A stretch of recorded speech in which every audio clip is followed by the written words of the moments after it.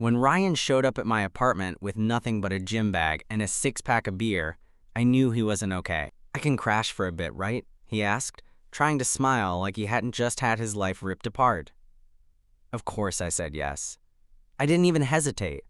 Ryan and I had known each other since high school. We'd gone through everything together. Bad teachers, worse breakups, 2 years as roommates in college, and one regrettable camping trip that ended with food poisoning and 0 fish caught. He was the one friend who never drifted away, the one person I could text at 2 a.m. and get a reply. But I'd always been careful, because somewhere along the way, I'd caught feelings for him. And he had no idea. Or if he did, he never said anything. So when he showed up at my place, fresh off a messy breakup with his girlfriend of 3 years, I knew this was going to be dangerous. He looked exhausted, hair a mess, hoodie hanging off his frame, eyes rimmed with that mix of heartbreak and denial that comes right after a relationship falls apart. I didn't ask for details that first night. I just handed him a pillow, some blankets, and told him the couch was his. He sat there, holding the beer between his hands like he wasn't sure what to do next. "You okay?" I asked, knowing it was a dumb question. Ryan looked up at me and let out this quiet laugh. Dry, tired, not amused. "No, man, I'm really not." The first week was simple. He slept late, barely ate, and mostly stared at the ceiling like it had answers he was waiting for. I didn't press. I just kept the fridge stocked, made extra food, and let him be. But slowly he started coming back to life. One night, I came home from work to find him cooking pasta shirtless, music playing from the Bluetooth speaker like it was just another normal Tuesday. He grinned like nothing had happened. "Hope you're hungry," he said, stirring the sauce. I stood there, watching him, trying not to stare at his back muscles flexing under the kitchen lights. I'd seen him shirtless a million times, in locker rooms, on beach trips, crashing on my couch after long nights. But something about this was different. He caught me looking and smirked. "What? You're acting like I never made you dinner before." I forced a laugh. "You've never made me anything that didn't come out of a microwave." He rolled his eyes, but his smile didn't fade. "People change." After dinner, we sat on the balcony drinking beers, legs stretched out, the city humming beneath us. He was quiet for a while, then said, "I didn't think it would hit me this hard." "The breakup?" He nodded. "It's weird. I thought I'd be relieved, you know. Things were so bad near the end. But now—" He trailed off, staring out at the lights. "I didn't say anything. I just waited." "I don't think I miss her," he added quietly. "I think I just miss the idea of not being alone." The way he said it stuck with me. He started sleeping later and later, sometimes not getting out of bed until noon. I offered to swap the couch for the air mattress, but he refused. "Nah, this thing's better for my back," he said, stretching like a cat, shirt riding up just enough to make me look away. I hated how easy it was to fall back into old patterns. Late-night gaming sessions. Half-watched movies. Him stealing the covers whenever we accidentally fell asleep on the couch. One night, we stayed up until 2 a.m. watching a documentary about volcanoes of all things. He was half asleep, head resting against the back cushion, when he murmured, "You ever think about it?" "Think about what?" "Being with a guy." The question hit me like a punch to the ribs. My heart skipped. I looked at him, but his eyes were still on the TV. "Where the hell did that come from?" He shrugged. "Just curious. It's not something I ever really thought about until recently." My mouth went dry. "And now?" "I don't know," he said, voice quieter now. "Just feels like everything I thought I wanted doesn't make sense anymore." We sat in silence for a while after that. I didn't know what to say, and he didn't push it. Eventually he stood up, stretched again, and said, "Night, man."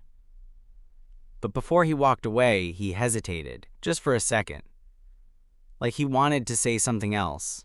Then he turned and headed to the living room, leaving me there with my heart pounding.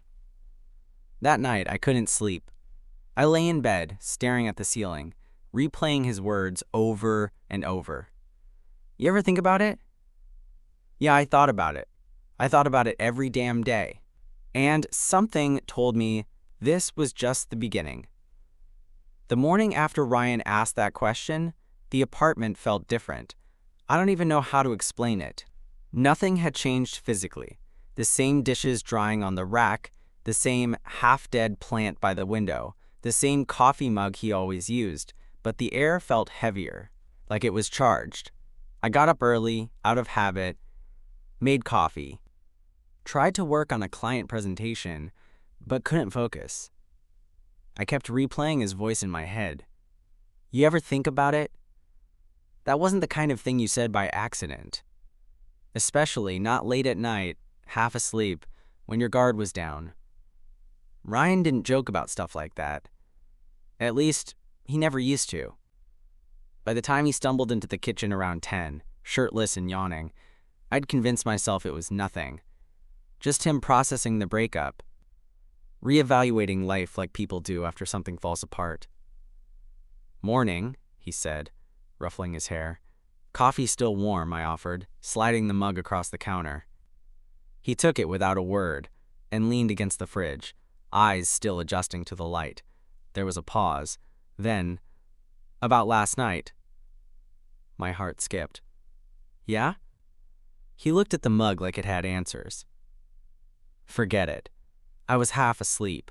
Probably wasn't even making sense. I nodded, slow. Sure. He glanced up at me, eyes searching. Unless it was weird. Was it weird? Only if you want it to be. Ryan let out a soft chuckle and pushed off the fridge. Cool. Then we're good. But we weren't good. Not really. That weekend, my friend Chris invited us to a get-together at his place. Just a few guys. Beers, cards, nothing wild. Ryan hesitated at first, said he wasn't feeling social, but I could tell he needed the distraction. You'll feel better after, I said. Promise. He gave in with a half-hearted shrug. Fine, but I'm not playing beer pong. Chris's apartment was packed, louder than usual, music thumping from someone's Bluetooth speaker. Most of the guys were people we knew. College friends, mutuals from parties past. It didn't take long before we were drinking, laughing, and blending into the crowd like nothing had happened the past few weeks. It felt almost normal. Then, someone pulled out a deck of cards. Truth or drink, Chris announced. Let's make this interesting. A few groans, some cheers. Everyone circled up. I ended up on the couch, Ryan next to me, a bottle of cheap vodka making its way around the group. When it was Ryan's turn, Chris smirked and leaned in. Okay, Ryan. Truth or drink? You ever had a crush on a guy? The room went quiet. It was meant to be a joke, a dumb party question, designed to get a laugh and maybe make someone squirm. But Ryan didn't flinch. He just smiled, took a slow sip of his drink, and said, Next question. There were a few laughs, some oohs, but nobody pushed. Except me. Later, after the game fizzled out and people started breaking into smaller conversations, I nudged him. You didn't answer the question. He looked at me, expression unreadable. Didn't I? I didn't know what to say to that. We got home around midnight, both a little buzzed, both quiet. The elevator ride up to our floor felt like it took forever. Ryan leaned against the wall, eyes half closed. You still think about it? I asked. He looked over at me, slow. Think about what? Being with a guy. A pause. Then, without looking away, maybe. The doors opened before I could respond. Back at the apartment, I grabbed us both water and sat down on the couch. Ryan stayed standing, pacing slowly, like he had energy to burn but didn't know where to put it. You ever wonder if things could have been different? He asked suddenly. If we just, I don't know, been more honest back then? I blinked. Back when? College, after that night at Cam's party. You remember? My throat went dry. Of course I remembered. It was junior year.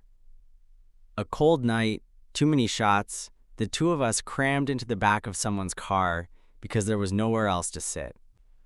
I had ended up with my head on his shoulder. He didn't move.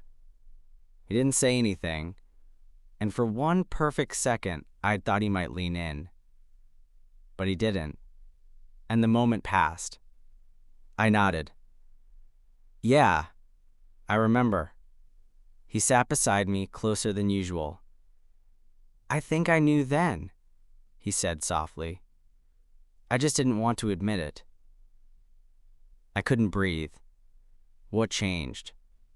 You did, he said. You always knew who you were. I didn't. I think I hated you for that.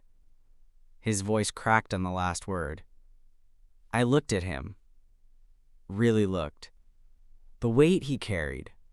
The walls he built around himself. And I realized this wasn't just about the breakup. This was years of denial, fear, confusion, and maybe something else. I didn't touch him. Didn't say the thing I wanted to say. Instead, I whispered, "You don't have to figure it all out tonight."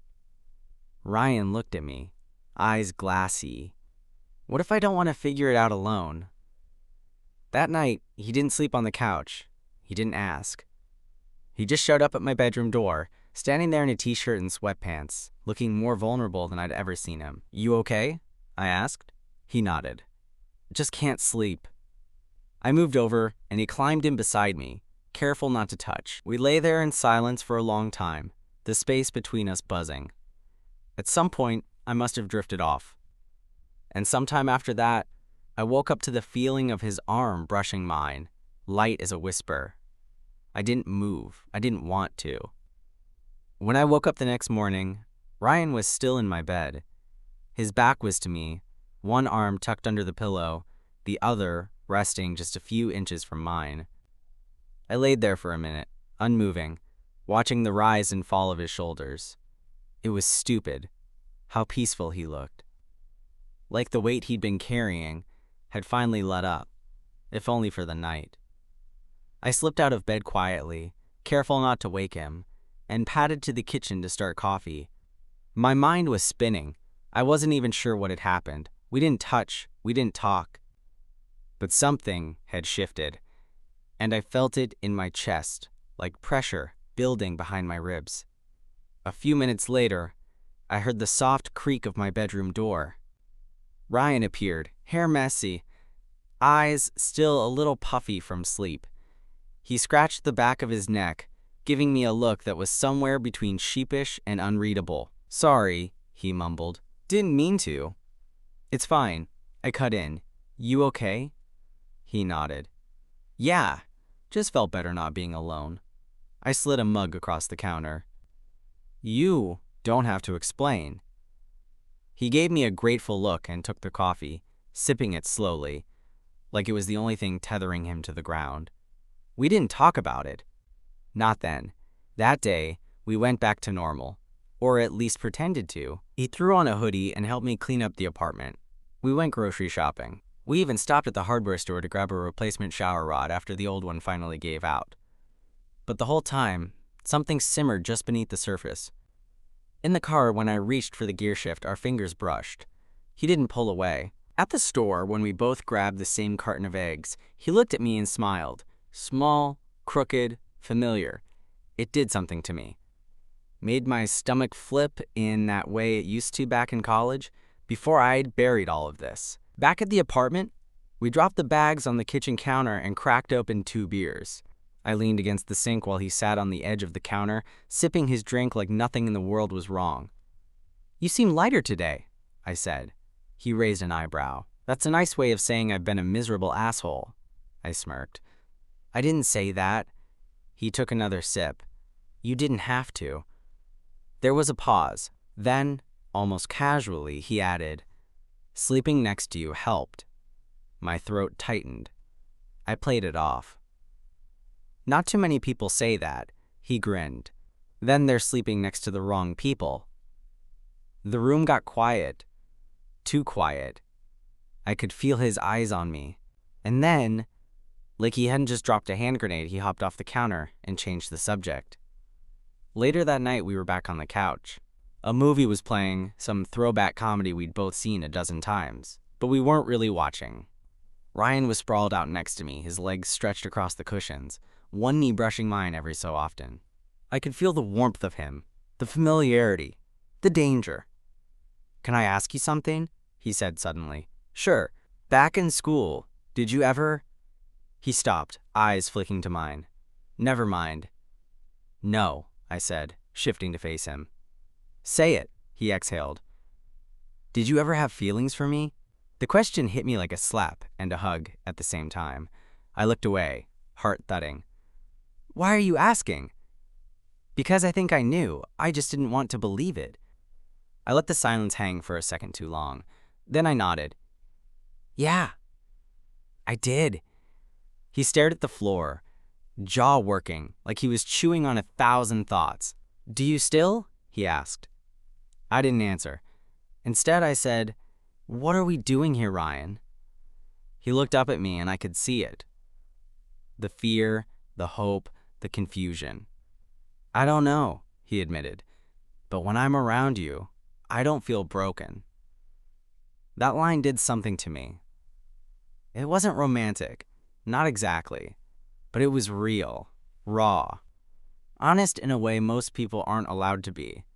And before I could stop myself, I reached over and rested my hand on his. He didn't pull away. He didn't go to the couch that night. Again, he lingered in my doorway. This time, he didn't wait for permission. He just stepped inside, closed the door behind him, and crawled into bed like he belonged there. We laid there, facing each other in the dark. No words. Just breathing. At some point, I reached out, fingers barely grazing his wrist. He turned his hand over, palm up, and threaded his fingers through mine. My chest ached, not from panic or nerves, but from all the time we'd wasted pretending this didn't exist. "I'm scared," he whispered. "Me too, of what happens next." I squeezed his hand. "We'll figure it out." It became a quiet pattern, almost without discussion. He'd sleep on the couch the first few nights of the week, then drift into my room late Thursday or Friday, sometimes without a word, sometimes just murmuring a simple, "Can't sleep." No excuses, no stories, just the sound of the door clicking shut and the soft rustle of sheets as he climbed into bed beside me. By the second week, we stopped using pillows to separate the space between us. By the third, we stopped pretending we weren't waiting for it to happen. Nothing had technically happened. No kisses, no long conversations about what this is. Just that electricity, low, steady, and constant, buzzing between us. But I felt it. In the way his hand would graze mine under the covers and not move away. In the way he'd turn onto his side and press his back against me, breathing steady but too controlled to be unintentional. And in the way I started to wake up, with my arm draped over him like it belonged there. We weren't just two friends sharing a bed anymore, even if we didn't say it out loud. One night, I came home late from work, rain dripping from my jacket, laptop bag soaked through. Ryan was already in the apartment, barefoot, a hoodie hanging off one shoulder, standing at the stove cooking something that smelled way better than it had any right to. "You cooked?" I asked, surprised. He gave me a crooked grin. "Don't sound so shocked. I'm capable of boiling pasta." "You boil pasta like a war crime," he shrugged, stirring the pot. Maybe I wanted to impress my favorite roommate. I dropped my bag and paused, letting those words settle between us. It wasn't the compliment that made me freeze. It was the way he said it. Low, warm, without a hint of irony. I stepped closer. "I'm your only roommate. You're still my favorite."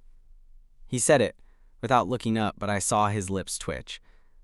That was the night it finally shifted. Dinner was simple, quiet. He asked about my work. I asked if he'd heard from his ex. He hadn't. We talked about a show we'd started and how neither of us was keeping up. It was all easy until the plates were cleared and the kitchen lights dimmed and we both ended up standing a little too close by the sink. I turned to rinse a glass. He moved in behind me to grab a towel, and his hand brushed my hip. just enough to make me suck in a breath. "Sorry," he murmured, but he didn't step back. He didn't move at all. The counter was still running. The glass was in my hand, but my brain wasn't processing any of it, just the heat of his body behind mine, the steady rhythm of his breathing, the way everything felt still. When I turned around, he didn't look surprised. He looked like he'd been waiting for me to. We stood there, inches apart, my back pressed against the counter, his hands resting on either side of me. The rain tapped against the window. The whole world outside could have disappeared, and I don't think I would have noticed. "I've been trying not to do this," he said. "Same." He studied my face. "So what happens if we stop trying?" I didn't answer. I just closed the gap. The kiss wasn't perfect. It was hesitant, almost cautious. Two people trying to navigate something that had been buried for too long. But the second our mouths touched, something cracked wide open between us. All the tension, all the nights lying side by side pretending we didn't feel it. All the years of maybes and what-ifs, it all collapsed into that one moment. He tasted like mint and something warmer. His hand slipped to the back of my neck, anchoring me, while mine found the edge of his hoodie and fisted there like I was afraid he'd disappear if I let go. We didn't speak. Not for a while. When we finally broke apart, he leaned his forehead against mine. "I don't know what I'm doing," he said, voice rough. "You don't have to. I don't want to screw this up." I brushed my thumb against his cheek. "You're not." He gave a shaky breath and smiled, just barely. "You always say the right thing." "I'm saying what I mean." Another pause. Then, more softly, "Can I stay in your bed tonight?" I nodded. But we both knew this time would be different. That night, he pulled me closer than usual. He didn't just sleep near me, he slept with me. Not in the way people usually mean. There's no rush, no desperation. Just arms around each other, quiet breathing, the kind of intimacy that doesn't need noise. He rested his head against my chest, his hand lightly pressed to my stomach, like he needed to feel my breathing to stay grounded. It wasn't closeness. It wasn't casual. It was something we hadn't named yet, but I think, in our own way, we both knew it was real. In the early morning, before the sun came up, I woke to find him already staring at me, eyes soft and clear. "You awake?" he whispered. I nodded. He shifted closer, tucking his chin against my shoulder. "I don't know what this makes me," he murmured, "or how this ends. But I know that I feel safe here." I didn't respond right away, because I knew exactly what he meant. Whatever we were stepping into, it wasn't simple. But for once, the uncertainty didn't scare me. "I feel safe with you too," I said finally. He closed his eyes, exhaled, and held on tighter. And in that moment, I stopped worrying about labels or definitions or what we'd call each other when people asked. Because sometimes, feeling safe with someone is the most honest start you can ask for. The next morning, I didn't want to move. Ryan was still asleep, his head against my chest, one leg thrown over mine, like his body had decided we were staying like this, and no negotiation would change its mind. His hair was a mess, his breath steady, and I felt more grounded than I had in years. There was no panic, no doubt, just him, here, with me. I didn't even know what we were. We hadn't defined it, hadn't dared, but it didn't feel fragile. If anything, it felt like we were finally doing the thing we should have done years ago, stopping the act. When he stirred, blinking sleep from his eyes, he gave me this small, lazy smile like the world outside didn't exist yet. "Hey," he said, voice scratchy. "Hey." He stretched and rolled onto his back, arms behind his head, staring at the ceiling like he was trying to come back to earth. "You okay?" I asked. "Yeah." A beat passed. Just didn't expect to sleep that well. There was something in his voice. A kind of peace, maybe, but also hesitation, like he still didn't quite trust it. I didn't press. The day passed quietly. We cleaned, ate breakfast late. I worked on some freelance edits. He played old playlists from college, humming along like no time had passed. Everything felt easy on the surface, but under that, I could feel it. The tension of what we were now walking into, the tightrope between comfort and change. We hadn't told anyone, not that there was anything to tell, at least not yet. That evening, while I was doing dishes, he stepped behind me and wrapped his arms around my waist. No warning, no hesitation, just his body against mine, solid and warm and familiar. "I miss this," he said. I smiled, setting a glass down. "You mean pretending this wasn't happening?" He rested his chin on my shoulder. "I mean being close to someone. But yeah, also you." My heart did something weird then. Tightened, then cracked open. "I missed you too," I said. He kissed the back of my neck. Not playfully, not teasing, gently. And I swear, I felt every year of silence between us dissolve. But comfort doesn't mean clarity. A few nights later, I came home from a long meeting and found Ryan sitting on the couch, staring blankly at the TV. A game was on, muted. He didn't even look up. "You good?" I asked, tossing my bag aside. He nodded too quickly. "Yeah, just tired." But his body language was off, shoulders tense, foot bouncing slightly. I sat beside him. "Talk to me." He hesitated. "I saw Jen's sister today, at the coffee shop down the street." Ah, Jen, the ex. The long, messy, hurt-filled breakup that landed him here in the first place. "What did she say?" "Nothing. Just stared at me like I'd grown another head. Like she knew." My stomach tightened. "Knew what?" "I don't know. That I was staying with a guy now. Sleeping in his bed. Letting him hold me." The way he said it, almost bitter, made me flinch. "Ryan, I'm not ashamed," he added quickly. I don't know how to explain it to people. Hell, I don't even know how to explain it to myself." He looked at me then, finally. "I don't know what I am." I sat with that, let it hang in the air. "You don't have to label it," I said. "But what if other people do?" "Let them." He exhaled, jaw tight. "I wish I could be like you." That hit me harder than I expected. "Like me. You figured yourself out. You are brave enough to live it. I'm still trying to work up the guts to exist like this."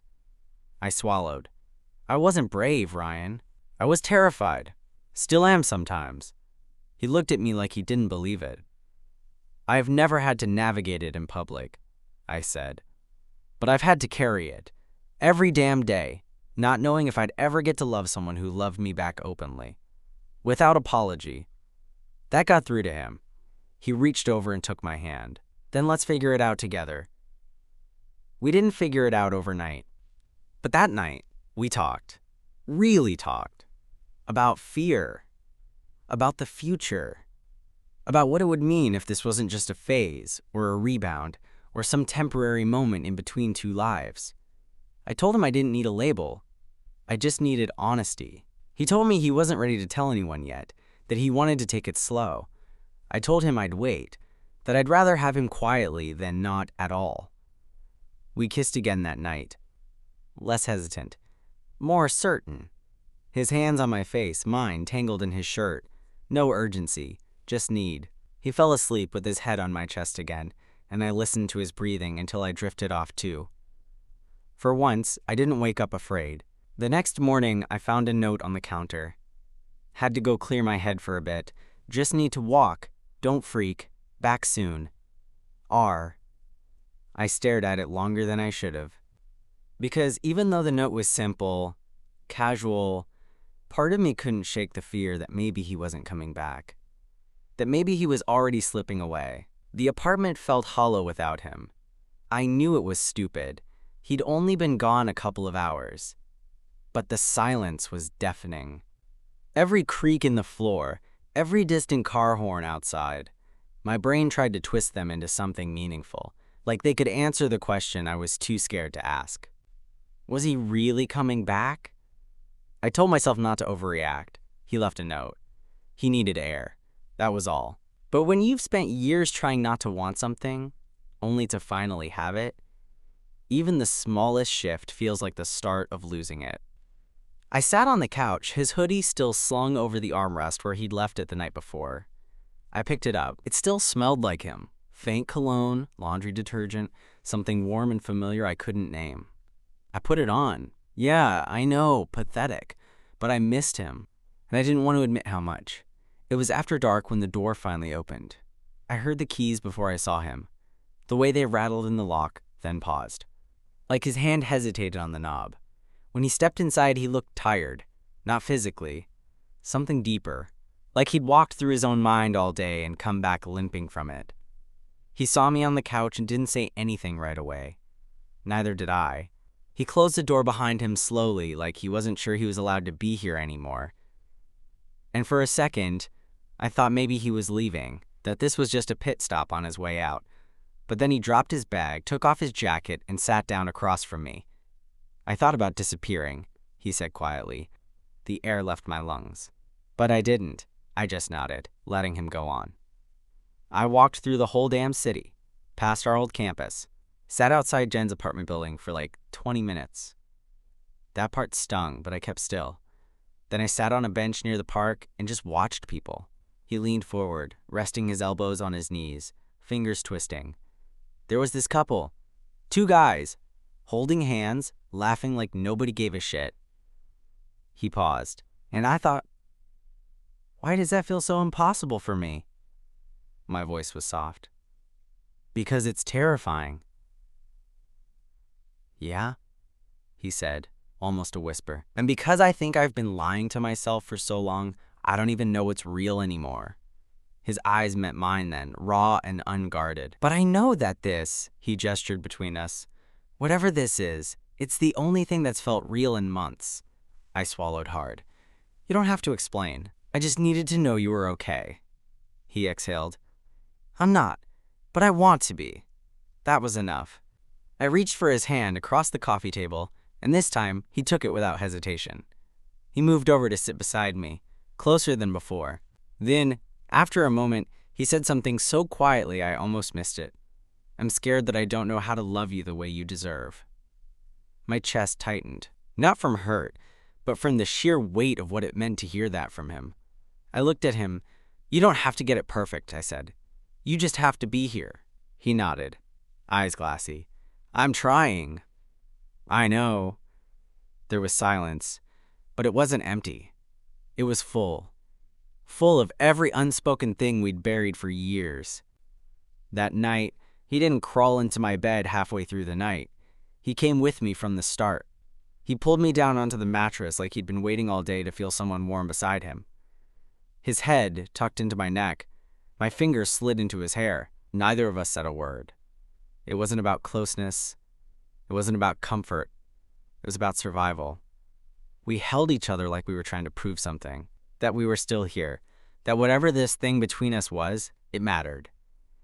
And somewhere between midnight and morning, I felt him shift. Not just physically, but emotionally. Like a part of him had finally stopped running. The next day, he kissed me in the kitchen.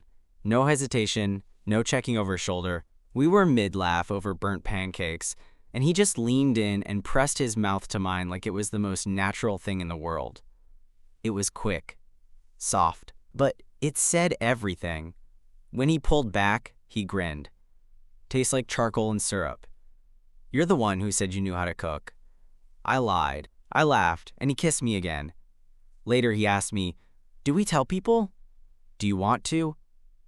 He paused, thinking. Not yet, but soon. I think I want to. That was all I needed.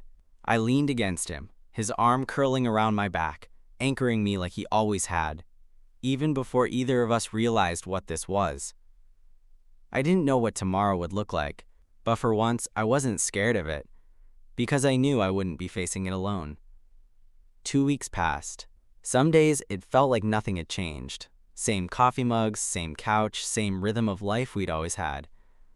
But other days, everything felt brand new, like the way he'd casually rest his hand on my knee while we watched TV, Or the way he'd brush his fingers against mine in the grocery store without even realizing it. Or the way he said my name now, softer, like it meant something he hadn't known it could before. He still hadn't told anyone, not officially, and I didn't push. But I saw it in him, the way he walked differently now. Shoulders a little looser, eyes a little clearer, like being seen didn't scare him as much anymore. Like not hiding made everything just a little easier to breathe through. He was trying every single day.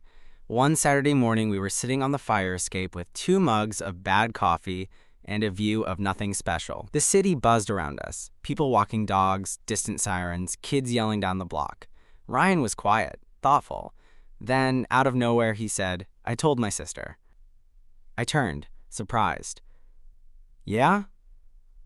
He nodded, eyes fixed on some distant spot down the alley. Just said it, over the phone. Didn't plan it or anything. What did she say? She said, "Finally." He let out a laugh that sounded more like relief than amusement. "Told me she's known for years." I smiled. "She's smart." He looked over at me. "She said I sounded different. Happier." "Are you?" He didn't answer right away. Then, "Yeah. Scared still, but happy. Or at least, not scared alone." That was all I needed to hear. The following Friday, we met up with some old friends from college. A bar downtown. The kind of place we used to hit after finals or on birthdays. Familiar faces, familiar noise. At first, we kept our distance. Not out of shame, but habit. But then someone made a joke about me, still being single. And before I could say anything, Ryan slipped his hand into mine under the table. No announcement, no speech. Just that one small gesture. I felt him squeeze once. I squeezed back. A few people noticed. There were some glances, a raised eyebrow or two, but nothing dramatic. Later that night, when we were walking home, I bumped his shoulder. "That was kind of bold," he shrugged. "Didn't want to lie." I stopped him halfway down the block, under the glow of a street lamp. "Ryan." He looked at me, and in that look there was everything we'd never had the courage to say before. "You don't have to prove anything," I said. "Not to anyone." "I know. But if you're scared—" "I'm not," he interrupted, gently. "Not of this, not anymore." Then he kissed me. Right there, in the middle of the sidewalk, on our walk home, like it wasn't a big deal. And it wasn't. Not really. It just felt like the next right thing. We never had that big "what are we" conversation.